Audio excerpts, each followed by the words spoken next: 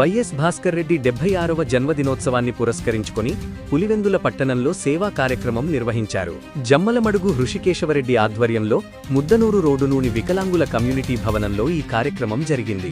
కార్యక్రమానికి ముఖ్య అతిథులుగా చైర్మన్ వరప్రసాద్, కౌన్సిలర్ పార్నపల్లి కిషోర్ హాజరై భాస్కర్ రెడ్డి జన్మదినోత్సవ కేక్ కట్ చేసి దివ్యాంగులకు పంపిణీ చేశారు. అనంతరం వైఎస్ఆర్ కాంగ్రెస్ పార్టీ జమ్మలమడుగు సీనియర్ నాయకులు, పార్టీ జిల్లా మున్సిపల్ కన్వీనర్ వల్లంబాయ్ హృషికేశవరెడ్డి ఆర్థిక సహకారంతో 25 మంది దివ్యాంగులకు గృహోపకరణాలైన స్టీల్ క్యారియర్లు, ప్లేట్లు అందజేశారు. కడప ఎంపీ తండ్రి అయిన భాస్కర్ రెడ్డి జన్మదినోత్సవాన్ని పురస్కరించుకుని దివ్యాంగులకు సహాయం అందించిన హృషికేశవరెడ్డిని పలువురు అభినందించారు.